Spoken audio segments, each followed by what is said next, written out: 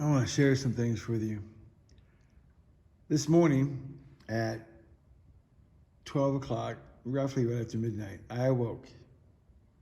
And then again at 2, 4, 5. At 2 o'clock, I decided to get up.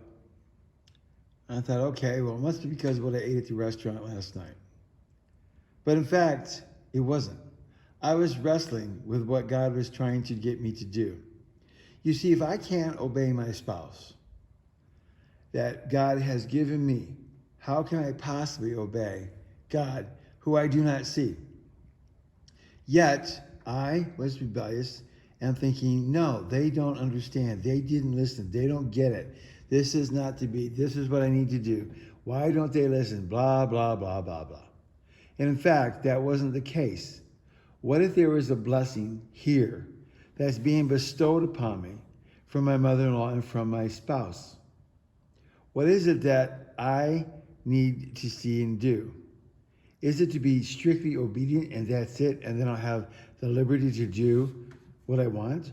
Or what is to follow? So I struggled with all this. I prayed for those that I can't stand. I prayed for those who did me wrong. I prayed for the salvation of others, hoping that the devil would let me sleep. Then I went through Titus chapter 2 of John Gill's. And in there, I saw what God was doing with me and what I was wrestling with. And then at 4:30, I prayed. And I told the Lord, I will do what you're showing me. I will make it work. I will do this. I don't get it, but I will be obedient to one that I can see. Because you're trying to show me my rebellious heart and how I need to be more humble. So I will do this. And then I had peace. I was able to go back to sleep. The Lord was trying to get me to do what he needed me to do, and I was fighting to do my will, not his. Not to be obedient, because it didn't make sense. Not all the time does God's will have to make sense at all.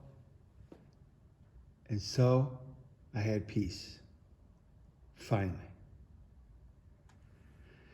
So what we try to do is be obedient initially, without any struggles, without justification. And just take it from God's mouth, no matter what. Humble myself.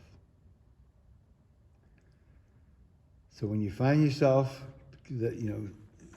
up, you can't get back to sleep, you try the old adage of, I'm going to pray for other salvation, I'm going to really give the devil his run for his money, and that doesn't put you to sleep, and stuff's still going through your mind, you still tend to justify it, still a little bit angry about it, problems. You're wrestling. You're wrestling. So that's what Jonah went through. He wrestled for a long time. Are you going to go ahead and say yes to God and do what he wants you to do? Because remember, who was on that cross for you and I? Trying to make us perfect. Trying to make us perfected. To be Christ-like. Not to be ourselves. Let's face it. You're not happy with yourself. Neither am I.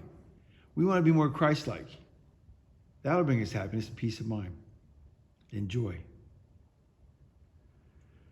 So that's what I was going through this morning. And I'm going to go ahead and do what he said to do. And see what's going on. I'm going to go ahead and follow God, regardless. Hope you have a blessed day. Please continue to pray for me. I have between 7 to 14 years to finish John Gill's exposition of the Bible. Hopefully less, but I do need your prayers. I do need your support. God bless.